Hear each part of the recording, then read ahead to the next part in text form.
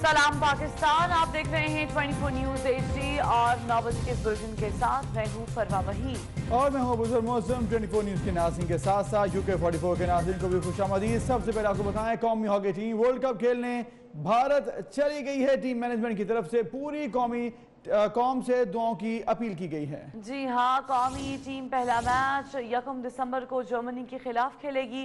Team manager head coach Tauqeer Dar का कहना है कि टीम का मोराल बुलंद है।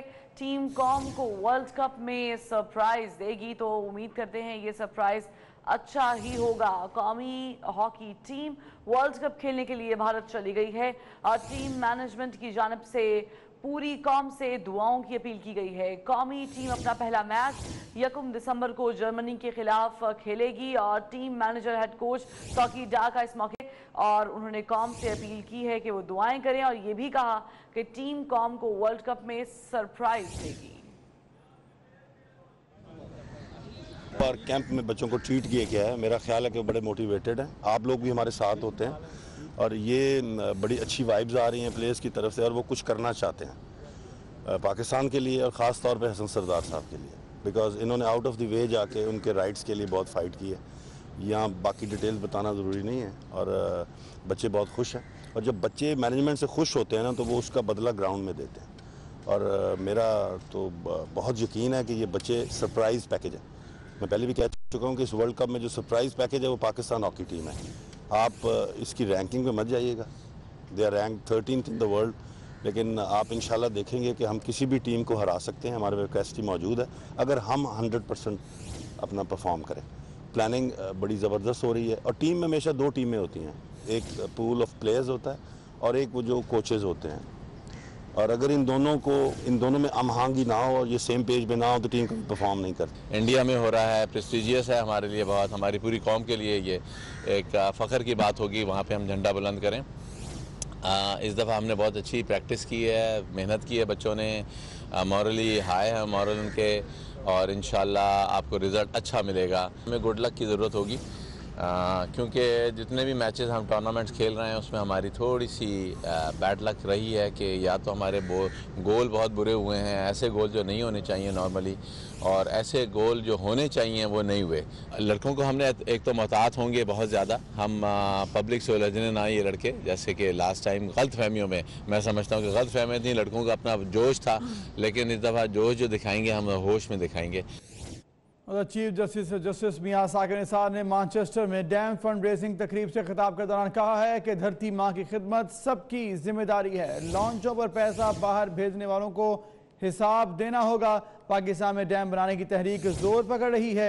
मुट्ठी भर मुफाद परस्त लोग डैम की तामीर नहीं रोक सकते, तो ऐसा कहना था चीफ जस्टिस का। उन्होंने कहा कि मुट्ठी भर मुफाद परस्त लोग डैम्स की तामीर नहीं रोक सकते, ये कौम की ज़रूरत है, धरती माँ की खिदमत सबकी जिम्मेदारी है, तो ऐसा कहना था चीफ जस्टिस का। और तकरीब में उन्होंने इस बारे में कहा कि लॉन्चों पर पैसा बाहर भेजने वालों को हिसाब भी देना होगा।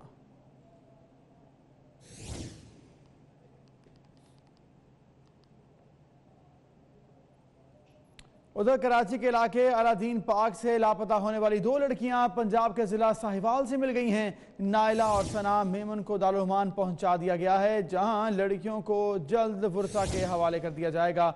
वुरसा के हमरा साबिक MNA सजावल अरबाब और वजीर मेमन भी शामिल थे। इसके साथ साथ आपको बताएंगे अहम पेशरफ्त हुई है कि इसमें कराची का इलाका था अलादीन, जहां पर लापता होने वाली दोनों लड़कियां पंजाब के ज़िला साहिवाल से मिल गई हैं। तहकीकात जारी हैं, लड़कियां वहां से कैसे गायब हुई इस बारे में अभी तहकीकात जारी हैं और इनसे पूछताछ भी जारी है।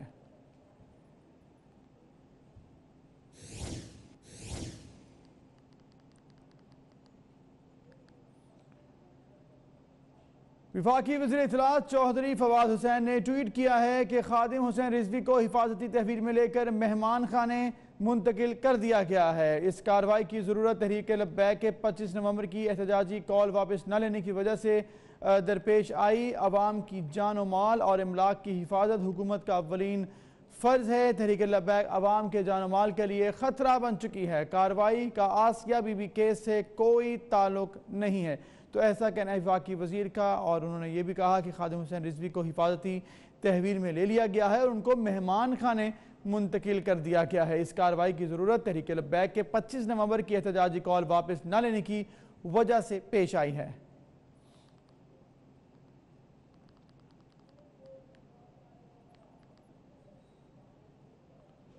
उधर chief justice Lahore high court Mohammad Anwarul Haq की 31 दिसंबर को रिटायरमेंट पर चीफ जस्टिस मियां साकिब निसार की ज़ेर सदारत जुडिशल कमीशन का इजलास 6 दिसंबर को तलब कर लिया गया है। सीनियर तरीन जज जस्टिस सरदार मोहम्मद शमीम खान को चीफ जस्टिस हाई कोर्ट बनाने पर गौर किया जाएगा। बात करेंगे मलिक अशरफ से। मलिक अशरफ बताएगा क्या तफसील आपके पास? बिल्कुल, मौजूदा chief justice Lahore high court Mohammad Anwarul Haq 31 दिसंबर को 62 साल की उम्र पूरी होने पर रिटायर हो रहे हैं और उनकी रिटायरमेंट के बाद चीफ जस्टिस पाकिस्तान मियां साकिब निसार की सरबराही में 6 दिसंबर को जुडिशल कमीशन का इजलास तलब किया गया है और इस इजलास में सुप्रीम कोर्ट के सीनियर जज जस्टिस आसफ सीद खोसा के अलावा जस्टिस गुलजार अहमद समेत दीगर शिरकत करेंगे और इस इजलास में लाहौर हाई कोर्ट के सीनियर 3 जज जस्टिस सरदार मोहम्मद शमीम खान को अदालत आलिया का नया चीफ जस्टिस बनाने के हवाले से गौर किया जाएगा और जुडिशल कमीशन की जो सिफारिशात होंगी वो जजेस पार्लिमानी कमेटी को भिजवाई जाएंगे और सदर पाकिस्तान की मंजूरी के बाद जस्टिस सरदार मोहम्मद शमीम खान के बतौर chief justice Lahore high court वजारत कानून इंसाफ नोटिफिकेशन जारी करेगी, जिसके बाद 1 जनवरी 2019 को जस्टिस सरदार मोहम्मद शमीम खान बतौर chief justice Lahore high court ओहदे का हल उठाएंगे और वो 31 दिसंबर 2019 तक बतौर chief justice Lahore high court रहेंगे, जिसके बाद वो रिटायर हो जाएंगे। जी ठीक है, शुक्रिया मलिक अशरफ आगाह करने का। उधर कराची के अदालतों में आज अहम केसेस ज़ेर समाअत आएंगे। सानिया बल्दिया और MQM के बानी और दीगर के खिलाफ मुल्क से बगावत और दहशतगर्दी के मुकदमात की समाअत इंसदाए दहशतगर्दी अदालत में होगी। जफरुल्लाह सोमरू से मज़ीद बात करेंगे। जफरुल्लाह बताएगा कौन कौन से अहम केसेस हैं जिनकी समाअत होनी है आज? जी बिल्कुल, आज कराची की अदालत में अहम केस की समाअत होगी जिसमें बानी MQM और उसके अलावा दीगर जो मुलजमान हैं उन पर जो है खिलाफ तकरीर और दीगर मुकदमात की आज समाअत होगी। उसमें अदालत ने सोराब कोर्ट के जो थाने के एसएच उसको तलब कर रखा है। उसने उस हवाले से केस में 2 मुकदमात थे जिसको बी क्लास किया गया। उस हवाले से आज सोराब कोर्ट थाने का जो ऑफिसर है वो पेश होगा और बी क्लास जो केस किए गए उस हवाले से आज अदालत को अपनी जो रिपोर्ट है वो बताएगा। इस केस में आज फारूक सत्तार, ख्वाजा एजाज और मंसूर समेत दीगर जो मुलजमान है वो अदालत में पेश होंगे। इसके अलावा आज इंसाफ दहशतगर्दी अदालत में सानिया बल्दिया फैक्ट्री केस की समाअत होगी जिसमें अभी तक जो है 350 से ज्यादा गवाहों के बयान कलमबंद किए गए, मगर आज भी तकरीबन 10 से 15 गवाहों को तलब किया गया है जिसके आज बयान कलमबंद किए जाएंगे। ताम अदालत में आज इस केस में रऊफ सिद्दीकी और रहमान बोला और दीगर जो मुलजमान है वो पेश होंगे। अदालत ने गुलशन समाअत पर 13 जो अफसार जो सेक्रेटरी आग लगने के बायस जो जाम बाग हुए थे उनके लवाकिन के बयान कलमबंद किए थे। आज उनके मजीद जो है अहले खाना उनको बुलाया गया है, गवाह उनके बयान कलमबंद किए जाएंगे। ताम अभी तक जो है 350 गवाहों के बयान कलमबंद किए गए। इस केस में 720 जो है गवाहों को नामजद किया गया है। जी ठीक है, शुक्रिया आगाह करने के लिए।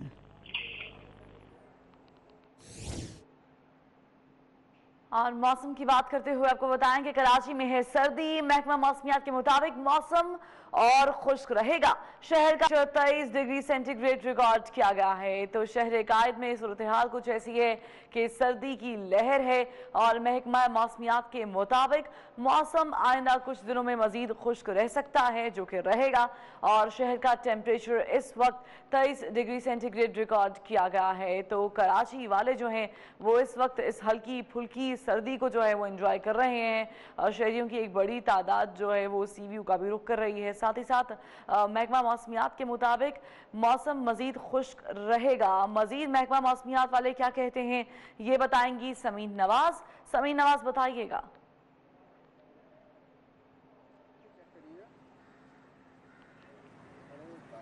जी बिल्कुल, महकमा मौसमियात का ये कहना है कि कराची में आज भी मौसम खुश्क और सर्द रहेगा। इस वक्त जो मौजूदा दर्जा हरारत है वो 23 डिग्री सेंटीग्रेड रिकॉर्ड किया जा रहा है, जबकि खुश्की बहुत ज्यादा है। हवा में नमी का तनासुब 32% रिकॉर्ड किया गया है। कम से कम दर्जा हरारत आज 18.5 डिग्री रिकॉर्ड किया गया था। हवाओं की आज थोड़ी सी सिमत तब्दील हुई है।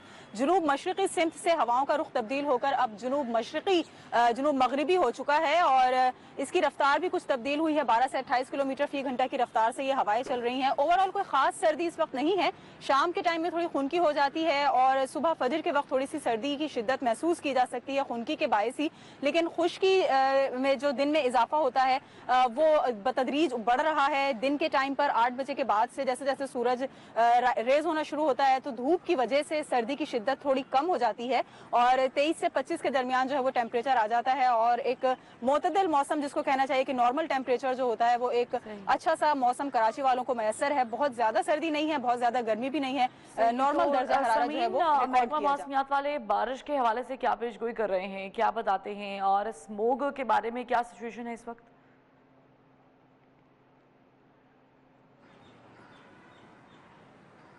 जी बिल्कुल, बारिश के हवाले से कराची में अमूमी तौर पर बारिशें कम देखी जाती हैं, चाहे वो मानसून की बारिशें हों, चाहे वो मौसम सरमा की बारिशें हों। जिस तरह से हम मुल्क के और दीगर शहरों में, दीगर इलाकों में देखते हैं कि मौसम सरमा की बारिशों का आगाज हो गया है, जिससे सर्दी में थोड़ा इजाफा हो जाता है।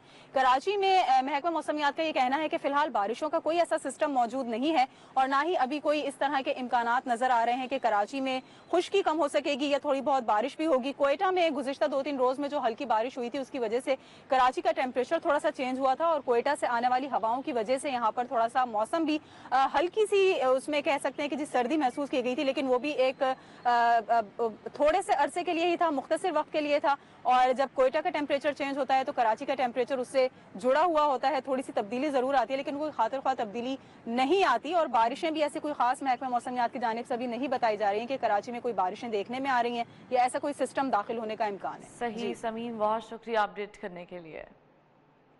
और नाज़रीन, कराची से शुरू होने वाला नायाब गाड़ियों का काफिला पेशावर में एक रोजा कयाम के बाद आज तोरखम पहुंचकर इख्तिताम पजीर हो जाएगा। रैली में 60 गाड़ियां शरीक हैं। मजीद अहवाल क्या है जानेंगे अपने नुमाइंदे अजमत अली शाह से। अजमत अली शाह, बताइएगा।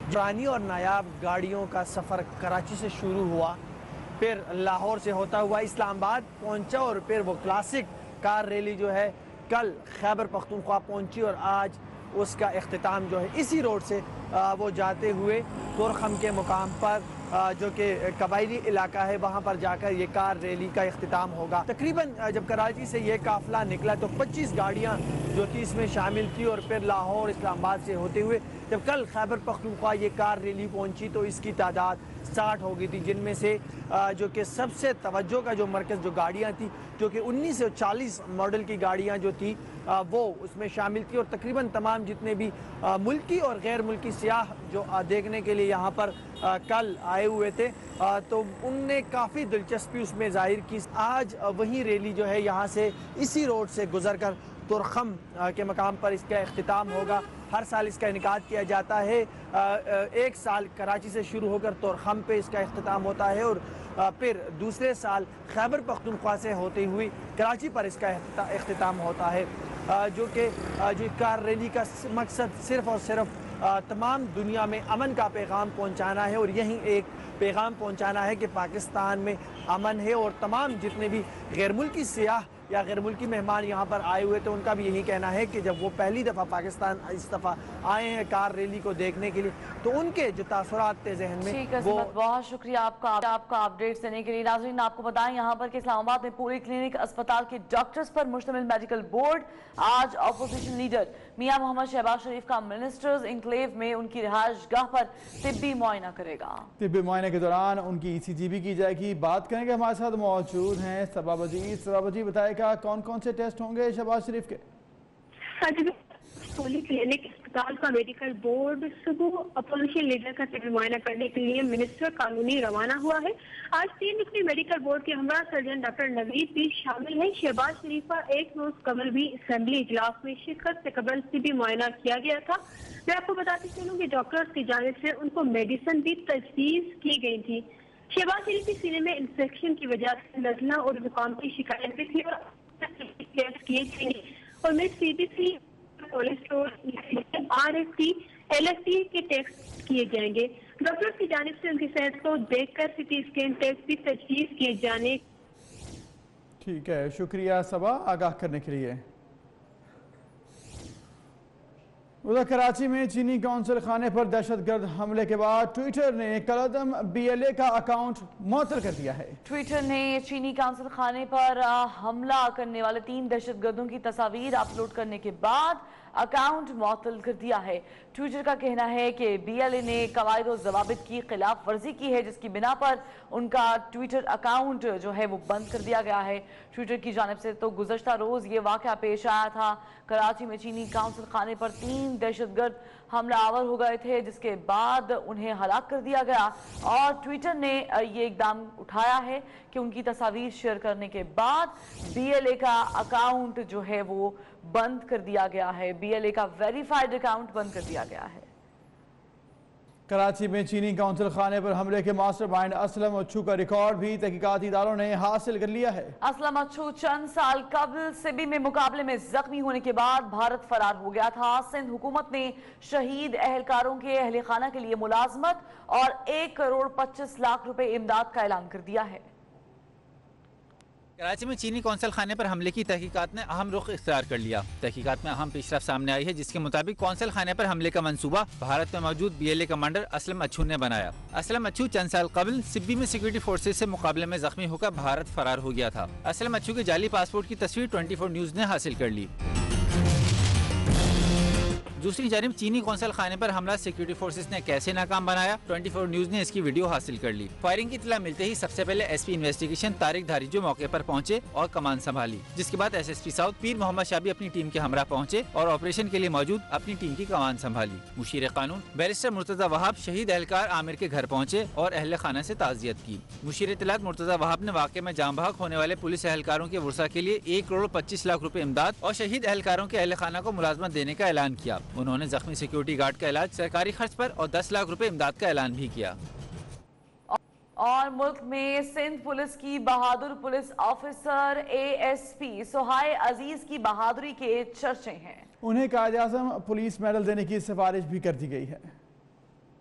कराची में चीनी कौंसल खाने पर दहशतगर्दों ने हमला किया, जिसको सिंध पुलिस और रेंजर्स के जवानों ने नाकाम बना दिया। इतला मिलते ही सबसे पहले सिंध पुलिस की बहादुर अफसर ASP सुहाय अजीज तालपुर बिला खौफ खतर मैदान में उतरी और दुश्मन की कोशिशों को खाक में मिला दिया।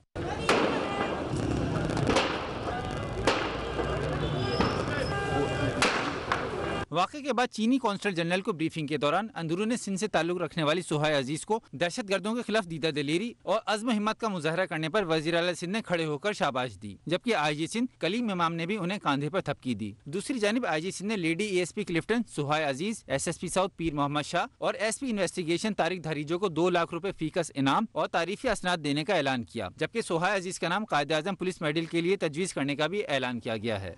चाइनीज एम्बेसी पर दहशतगर्दों ने हमला किया, पुलिस ने 2 सहूलतकार गिरफ्तार कर लिए हैं। जी बिल्कुल, ये अहम कार्रवाई की गई है। बात करेंगे, हमारे साथ मौजूद होंगे जिले हैदर भी और आपको बताएंगे अहम ये कार्रवाई चाइनीज कौंसल खाने पर जब दहशतगर्दों ने हमला किया गुज़िश्ता रोज़, तो 3 दहशतगर्दों को जहां हलाक भी किए और साथ साथ 2 सहूलतकार गिरफ्तार भी किए गए हैं।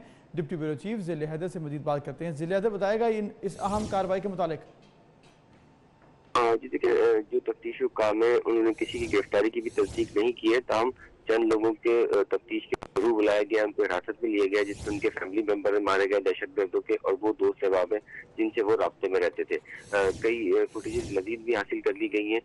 जो बलूचिस्तान में इनके ज़ेरिस्तान मोबाइल फोन था उसका भी डाटा हासिल किया गया है। इसके अलावा इनका जो नॉर्मल रिकॉर्ड था, तमाम फैमिली रिकॉर्ड वो भी हासिल कर लिया गया है। ये अफराद बलूचिस्तान में किन दोस्तों से मिलते थे, रिश्तेदारों के घर जाते थे, क्या काम करते थे, ये तमाम तफसीलात जो है तफ्तीशी हुक्काम ने हासिल कर ली है। ठीक है, शुक्रिया जिले हैदर आगाह करने के लिए। और army chief general Qamar Javed Bajwa ने 11 खतरनाक दहशतगर्दों के सजाए मौत की तौसीक कर दी है। ISPR के मुताबिक दहशतगर्द कानून नाफिज करने वाले इदारों, शहरियों और तालीमी इदारों पर हमलों में मुलव्विस थे, तो इनको अब जहन्नुम वासिल करने की तैयारी मुकम्मल कर ली गई। Army chief general Qamar Javed Bajwa ने 11 खतरनाक दहशतगर्दों के सजाए मौत की तौसीक कर दी है।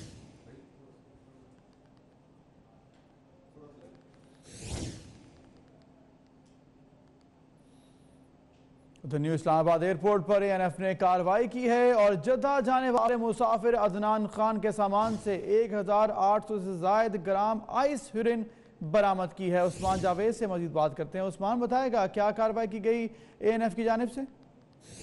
जी बिल्कुल, ANF की जानिब से न्यू इस्लामाबाद एयरपोर्ट पर कार्रवाई करते हुए बैरून मुल्क मंशियात स्मगल करने की कोशिश नाकाम बना दी। मुसाफिर अदनान खान के सामान से 1880 ग्राम I-71 बरामद कर ली और I-71 सोन हलवे के डब्बे में छुपाई गई थी मुलजिम की जानिब से। और मुसाफिर PIA की परवाज PK 753 से जद्दा जाना चाहता था, जबकि ANF ने ये स्मगलिंग की कोशिश नाकाम बनाते हुए मुलजिम अदनान खान को अपनी तहवील में लेकर इसके खिलाफ कानूनी कार्रवाई का सिलसिला शुरू कर दिया गया है। जी ठीक है, शुक्रिया आगाह करने के लिए।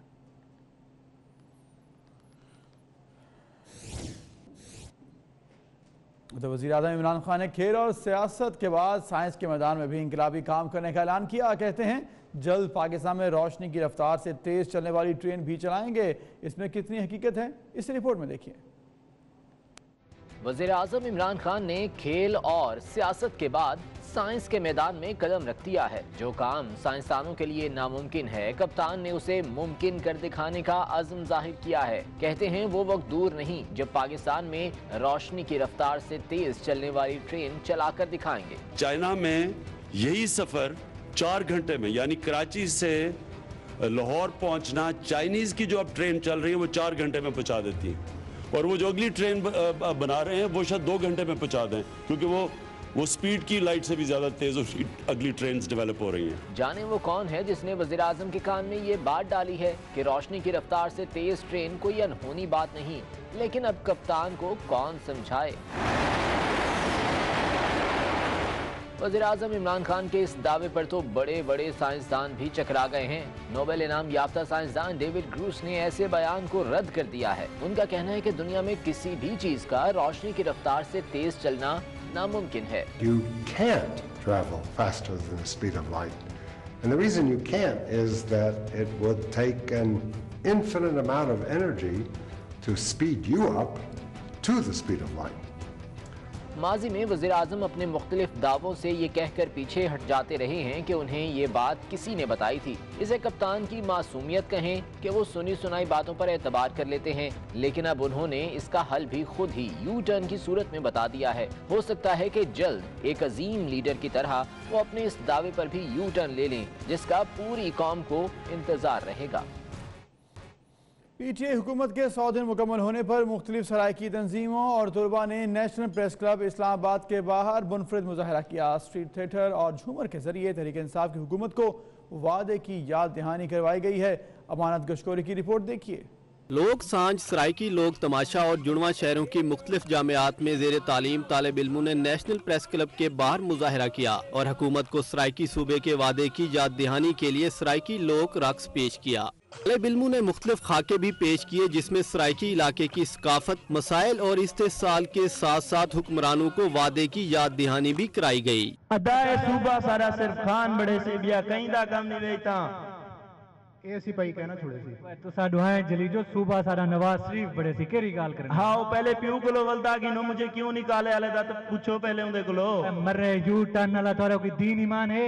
मुजाहिरे के शुरका ने तहरीक इंसाफ की हुकूमत को अलग सूबे के कयाम की याद दहानी कराते हुए मुतालबा किया कि जनूबी पंजाब के मसाइल के हल और सराइकी सूबे के लिए हुकूमत तरजीही बुनियादों पर इकदाम करे। कैमरामैन आशिर भट्टी के साथ अमानत गशकोरी, 24 न्यूज, इस्लामाबाद। उधर CDA ने बनी गाला का घर रेगुलाइज कराने के लिए वज़ीर आज़म को फिर खत लिख दिया है और इमरान खान से मुकम्मल तस्दीक शुदा कवायद फराहम करने का कहा गया है। जबकि फवाद चौधरी कहते हैं वज़ीर आज़म का घर 30 साल पुराना है, उस पर कानून भी पुराना लागू होना चाहिए। वली चौधरी की रिपोर्ट। वजीर आजम इमरान खान की जानिब से बनी गाला रिहाइश से मुताल्लिक नामुकम्मल दस्तावेजात जमा कराई गयी, जिस पर CDA ने दस्तावेजात ना फराहम करने पर वजीर आजम को खत लिख दिया। खत में वजीर आजम से कई अहम दस्तावेजात तलब की गई हैं, जिनमें बनी गाला रिहाइश के मालिक का शनाख्ती कार्ड, अथॉरिटी लेटर और तहसीलदार के नए तस्दीक शुदा दस्तावेजात शामिल हैं। वजीर आजम की तरफ से जमा कराई गई दस्तावेजात में शजरे का अक्स नहीं, जबकि रेवेन्यू रोड पर रास्ते से मुताल्लिक साइट प्लान भी नहीं दिया गया। बनी गाला रिहाइश का स्ट्रक्चर प्लान और लेआउट से मुतालिक गैर दस्तखत शुदा दस्तावेजात जमा कराई गयी। दूसरी जानिब वजीर इत्तलात फवाद चौधरी का कहना है कि तहरीक इंसाफ की हुकूमत में ही CDA को वजीर आजम को नोटिस भेजने की हिम्मत हो रही है। ये नया पाकिस्तान है जिसमें CDA मुल्क के वजीर आजम से पूछ रही है। 30 साल पहले घर बनाया गया, इस पर 30 साल पुराना कानून लागू होना चाहिए। वजीर आजम का घर कानूनी है। 30 साल पहले का घर बना हुआ है, वो एक जंगल पहाड़ बेबान था जब उन्होंने लिया था, तो उस पर अगर उन्होंने घर बना लिया तो उस वक्त के कानून लागू होने थे। मुझे तो खैर यही नहीं समझ आ रही कि ये रेगुलराइज क्या कराना है। CDA की जानिब से कवायद फराहम करने के लिए वजीर आजम को 7 रोज की मोहलत दी गई है। वरीद चौधरी, 24 न्यूज, इस्लामाबाद। पाकिस्तान में रोजमर्रा इस्तेमाल की अशिया की कीमतों में इजाफे की शरह 4 साल की बुलंद तरीन सतह पर पहुंच गई है। मिडिल क्लास के लिए महंगाई की शरह 10.5% हो गई। विफाकी वज़ीर ख़जाना सद उमर का कहना है कि हुकूमत ने IMF की सख्त शराइत नहीं मानी, लेकिन महंगाई का जिन है कि वो फिर बोतल से बाहर आ गया। अदारा शुमारियात के मुताबिक इस हफ्ते के दौरान खाने पीने और रोजमर्रा इस्तेमाल की 14 बुनियादी अशिया की कीमतों में 9% तक इजाफा रिकॉर्ड किया गया। महंगाई की नई लहर के बायस मार्केट में खाने पीने और रोजमर्रा इस्तेमाल की 53 बुनियादी अशिया में से 43 गुज़श्ता साल के मुकाबले में 38% तक महंगी फरोख्त हुई, जबकि हफ्त रोजा बुनियाद पर महंगाई में इजाफे की औसतन शरह 6.12% है, जो अक्टूबर 2014 के बाद की बुलंद तरीन सतह है। हफ्ते के दौरान चिकन, टमाटर, कुकिंग ऑयल, घी, चीनी, चावल, चाय, दाल मसूर, दाल मूंग और आटे की कीमत में इजाफा रिकॉर्ड किया गया। कपड़ा भी महंगा हो गया। रिपोर्ट के मुताबिक 18 से 35 हजार रुपए माहाना कमाने वालों के लिए हफ्त रोजा बुनियाद पर महंगाई की शरह 6.6%, जबकि 35 हजार से ज्यादा आमदनी वालों के लिए 10.5% हो गई। वज़ीर आज़म इमरान खान ने ट्वीट किया है कि वज़ीर आला पंजाब से उन्होंने कहा है कि फुटपाथ पर रहने वालों को टेंट फराहम करें और फुटपाथ पर रहने वालों को खाना भी दिया जाए। पेशावर और कराची में भी शेल्टर होम्स के लिए जगह ढूंढ रहे हैं, तो ये ट्वीट किया गया है वज़ीर आज़म पाकिस्तान इमरान खान की जानिब से, और उन्होंने कहा है कि वज़ीर आला पंजाब से कह दिया है कि फुटपाथ पर रहने वालों को टेंट फराहम किए जाएं, साथ ही साथ खाना भी फराहम किया जाए। पेशावर और कराची के हवाले से उन्होंने कहा कि वहां पर भी शेल्टर होम्स के लिए जगह की तलाश जारी है, और आपको बताएं कि अगला मंसूबा यही है, पेशावर और कराची में भी शेल्टर होम्स बनाए जाएंगे। ननकाना साहब में बाबा गुरु नानक के जन्मदिन की 3 रोजा तकरीबात इख्तिताम हो गई हैं। इस मौके पर आतिशबाजी का शानदार मुजाहरा भी किया गया।